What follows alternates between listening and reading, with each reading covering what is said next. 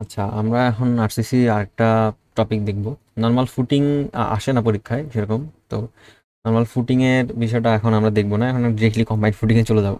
যদি একটা বাহুল্য বিষয়টা মনে হইতে পারে, তবে মোটামুটি আমরা যদি কম্বাইন্ড ফুটিংটা শেষ করতে পারি তাহলে নর্মাল ফুটিং আসলে আমাদের কাছে ইজি মনে হবে। এই জন্য আসলে একদম ডিরেক্ট কম্বাইন্ড ফুটিং এ আসা। তো ফুটিং এ নর্মালি আমাদের ডিজাইন করতে বলে, ফুটিং এর কোনো অ্যানালাইসিস করতে বলে না এই পর্যন্ত, বা কখনো দেখি নাই ফুটিং অ্যানালাইসিস করতে বলে। এখানে আমাদের এই যে বলছে যে ডিজাইনের রেক্ট্যাঙ্গুলার কম্বাইন্ড ফুটিং, এই লাইনটা আমাদের খুবই জন্য গুরুত্বপূর্ণ, খুবই এটা। তো এখানে একটা কথা আছে যে ডিজাইন বলতে আসলে আমরা কি বোঝাচ্ছি। ডিজাইন বলতে আসলে আমরা বোঝাচ্ছি এরকম ভাবে যে ডিজাইন মানে হলো আমাদের ফুটিং এর লেন্থটা আমরা বের করব, হ্যাঁ, ফুটিং এর উইডথটা বের করব, আর ফুটিং এর আমাদের যে ডেপথ হবে, যে আমাদের এই যে এইটুকু, এই যে আমাদের স্ল্যাবের যে এটুকু ডেপথ চিন্তা করি, হ্যাঁ ডেপথই বলা যায়, মানে ফুটিং এর ডেপথটা আমরা তিনটা বের করব। এরপরে আমরা রেইনফোর্সমেন্ট ডিটেলিং বের করব। এটার পর পর আমাদের রেইনফোর্সমেন্ট ডিটেলিং ডিটেলিংগুলো বের করব। তো আসলে আমরা সবার আগে আমাদেরকে আমি আবার বলি, ডিজাইনের রেক্ট্যাঙ্গুলার ফুটিং বা ডিজাইন মানে আমরা এই তিনটা জিনিস বুঝবো। সবার আগে আমরা লেন্থ বের করব, উইথ বের করব, আর ডেপথ বের করব সবার আগে। এরপরে আমরা রেইনফোর্সমেন্ট ডিটেলিংয়ে যাব। রেইনফোর্সমেন্ট ডিটেলিংয়ে যাওয়ার জন্য আমাদের মোমেন্ট লাগবে, সেগুলো আসলে আমরা পরে দেখব। আচ্ছা, এখন একটু ম্যাথটা একটু পড়ি। আমি পড়তেছি, design a rectangular footing to support আমাদের একটু support to 18 inch center square columns. আচ্ছা, স্কোয়ার কলাম আমাকে একটা সাপোর্ট দিতে হবে, এইরকম একটা ফুটিং ডিজাইন করতে হবে আমাদেরকে। যে এই যে column one carries dead load 250 kips and live load 140 kips. আর কলাম C2 আমাদের ক্যারি করতেছে হলো 330 কিপ লাইভ ডেড লোড, আর হলো 180 কিপ লাইভ লোড। তো আমাদের এই লোডগুলো আমরা সুন্দর মতো পাই গেলাম। পাই যাওয়ার পর আমরা জাস্ট এটা একটু এরকম করে রাখতেছি। আচ্ছা, এখানে অ্যালাওয়েবল সয়েল প্রেশারটা আসলে আমাদের খুব গুরুত্বপূর্ণ একটা জিনিস, অ্যালাওয়েবল সয়েল প্রেশার। তো অ্যালাওয়েবল সয়েল প্রেশারটা আমরা কখন কাজে লাগাবো? আচ্ছা, আমি একটু বলে ফেলি। প্রেশার মানে আসলে কি বুঝি? প্রেশার মানে আমরা বুঝি ফোর্স বাই এরিয়া। আচ্ছা, কখনো যদি আমার এই যে ফোর্সটা জানা থাকে আর এরিয়া জানা থাকে, আমি প্রেশার বের করতে পারবো। আচ্ছা, আমাদেরকে কি করা আছে এই যে এই ম্যাথটার মধ্যে? আমাদেরকে না, এই যে টোটাল অ্যালাওয়েবল সয়েল প্রেশারটা দেওয়া আছে, আমাদেরকে এই এরিয়াটা শুরুতেই বের করা লাগবে। শুরুতেই এইটুকু এরিয়া আমরা বের করব। এটুকু এরিয়া বের করবো কীভাবে? যে এইটা জাস্ট বামে নিয়ে আসবো, আর এই যে যতটুকু অংশ আছে এই অ্যালাওয়েবল সয়েল প্রেশারটা, সেটা আমরা ডানে নিব। তো এইখানে আসলে এরকমভাবে অ্যালাওয়েবল লেখা হয়। হুম, এখন এই যে এরিয়াটা যে আমরা পাইলাম, এই এরিয়াটা কেন লাগবে আসলে আমাদের? এই এরিয়াটা লাগবে কিভাবে? আমাদেরকে বলছে ডিজাইন এ রেক্ট্যাঙ্গুলার ফুটিং। এখন এই যে রেক্ট্যাঙ্গুলার কথাটা বলা আছে না, তো রেক্ট্যাঙ্গুলারের এরিয়ার আমরা কি জানি? সূত্রটা হলো A=B/L, তাই না? B/L। তো এই যে B/L, এইটার মধ্যে থেকে আসলে আমরা এই রিলেশনটা বের করব। আমরা এই যে এরিয়াটা যদি পাই যাই, তাহলে আমাদের এই যে আমরা এই যে উইথটা পাবো, এই উইথটা তো আমাদের এখানে এখানে পাওয়া যাবে। তারপরে এই যে লেন্থটা আমরা এইখানে আসলে লেন্থটা দিয়ে ম্যাচ করতে পারবো। আর ডেপথ আসলে আমাদের ওই যে শিয়ারের মাধ্যমে আসবে, সেগুলো পরে আসবো আমরা। তো তাহলে একদম শুরুতেই ইনিশিয়ালি যে কথাটা বলতেছিলাম, যে অ্যালাওয়েবল সয়েল প্রেশারটা আসলে আমাদের কোন কাজে লাগবে? অ্যালাওয়েবল সয়েল প্রেশারটা লাগবে আমাদের এরিয়াটা বের করার জন্য, হ্যাঁ।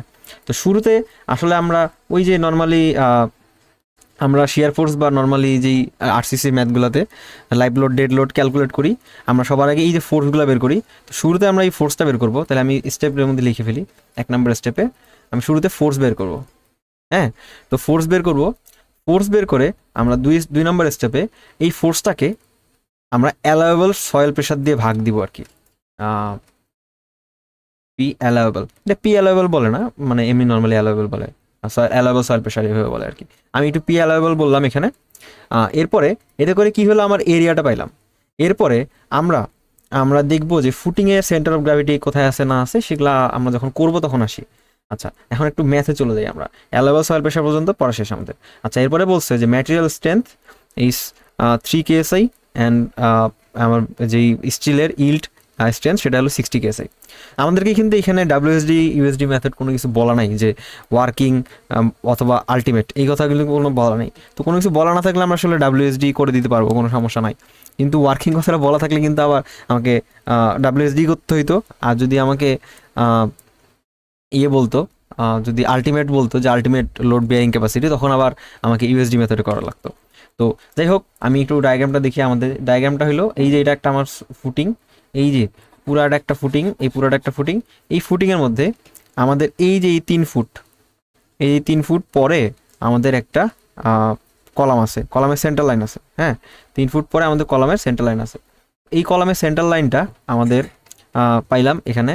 এটা হলো কলাম 1, বাম পাশে যেহেতু আছে এটা কলাম 1 আমরা ধরে নিছি। এরপরে আমাদের কলাম 2, কলাম 2টা আমাদের এই যে কলাম 1-এর সেন্টার ফেস থেকে একবারে কলাম 2টা 14 ফিট দূরে আছে, এটাই ভাবে বলা আছে। তো আমরা শুরুতেই যেসব যে লাইভ লোড ডেড লোড আছে সেগুলো একটু ক্যালকুলেট করে ফেলি। আচ্ছা, এখানের মধ্যে আমাদের কলাম 1-এ কী কী লোড আছে, কলাম 2-এ কী কী লোড আছে। আমি যদি কলাম 1-এ লোড দেখি, কলাম 1-এ লোড আছে হলো আমার column 1 ক্যারিস live dead load 250 and live load 140। তো এই যে 140 আর 250 এই দুটো মিলে যোগ করে ফেলি, 140 যোগ 250, হ্যাঁ 140 250। তো এটা আসলে আমাদের দুইটা মিলে হয় 390। ওকে, তো আমার কলাম 1-এর যে 390 ফোর্সটা সেটা আমরা এখানে লিখে ফেললাম। এরপর আমাদের কলাম 2, কলাম 2 ক্যারিস 330 আর হলো 180। তো এই দুটো আমি যদি যোগ করে ফেলি 330 330 180, আমি যোগ করে ফেলি তাহলে হয় 510। তো এই 510 আসলে আমাদের এখানে লেখা আছে।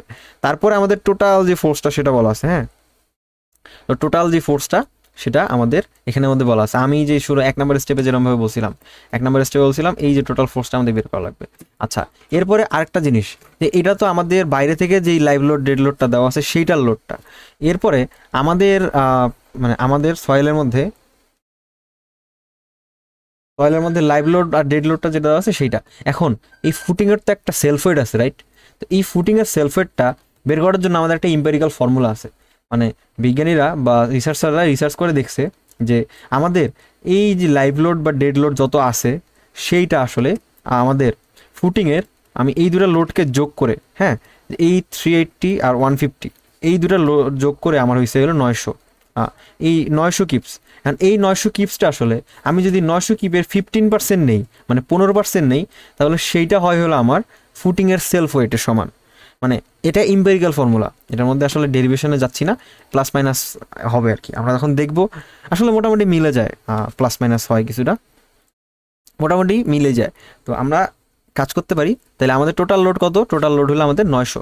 তো এখন এই 900 লোডটাকে আমরা 15% করবো, তাহলে আমাদের ফুটিংয়ের সেলফ ওয়েট হলো এই যে self weight of the foundation অথবা ফুটিং যেটাই বলি না কেন। তো self weight of the foundation আমাদের আসবে হলো 135। এই টোটাল যে লোডটা মানে হলো এই যে এফটা পাই গেলাম আমরা, এই যে এফটা মানে আমাদের এক্সটার্নাল লোড প্লাস আমাদের ওর সেলফ ওয়েটটা পেলাম, তাহলে আমাদের ফোর্স পেলাম।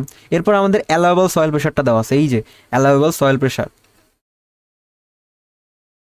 আমাদের এই যে allowable soil pressure is 3 KSF। তো এই 3 KSFটাই আমাদের আসলে বেশি গুরুত্বপূর্ণ।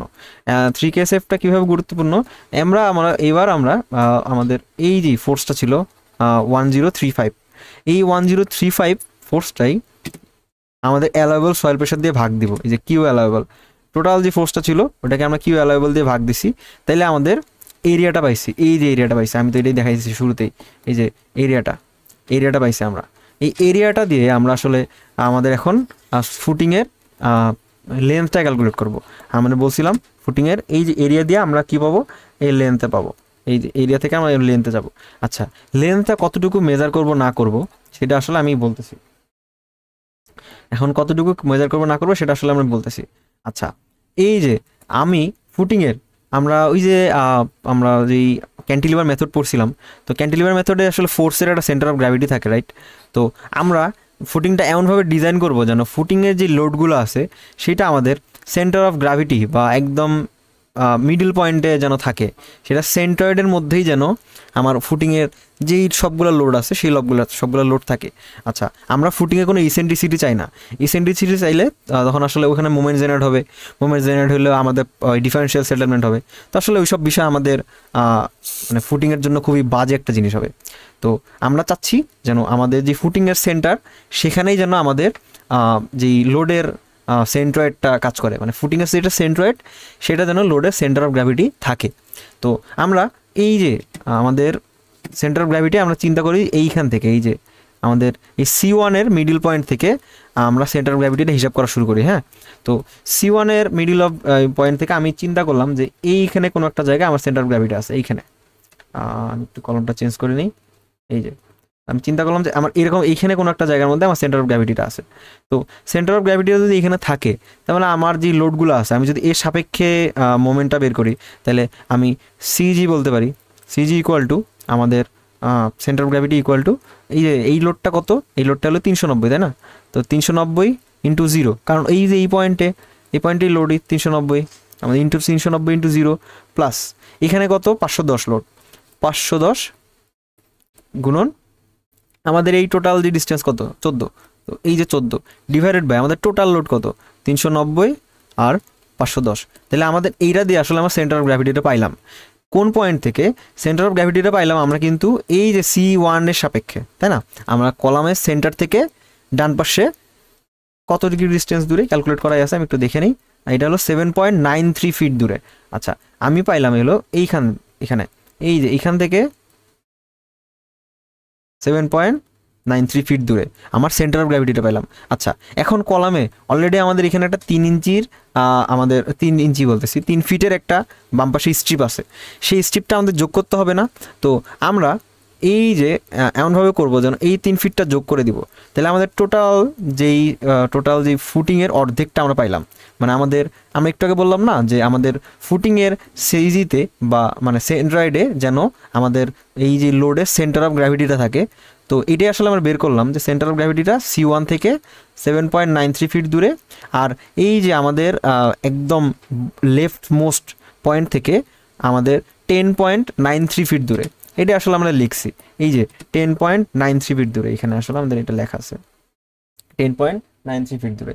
আচ্ছা, 10.93 ফিট দূরে থাকার কারণে আমরা পাইলাম এর সেন্টার অফ গ্র্যাভিটিটা, মানে মাঝ বরাবর যেই পয়েন্টটা সেইটা, এই যে মাঝের পয়েন্টটা পাইছি। আচ্ছা, এইটা একটু আঁকি এরকমভাবে, আমি মাঝের পয়েন্টটা পাইছি এখন এখান থেকে। তার মানে আমাকে এইটা যদি মাঝের পয়েন্ট হয়, তাহলে এই পাশে আমার বাকি অংশটুকু আছে। তো এই বাকি অংশটুকু আমি কীভাবে লিখবো? বাকি অংশটুকু আমি এই যে যত লেন্থটা পাইছি, এটা পাইছি আমি 10.93, এটাকে 2 দিয়ে গুণ দিব, তাহলে আমাদের যত ফিট আসবে 21.86 ফিট। হ্যাঁ, তো 21.86 ফিট এইটাই হবে আমার হলো ফুটিংয়ের লেন্থ। আচ্ছা, এটা আমাদের কিন্তু মাথায় রাখতে হবে, ফুটিংয়ের লেন্থ হবে আমার 21.86। কীভাবে পাইলাম? আমাদের এরিয়া থেকে আমরা সেন্টার অফ গ্র্যাভিটি বের করার পর মূলত পাইলাম এখানে।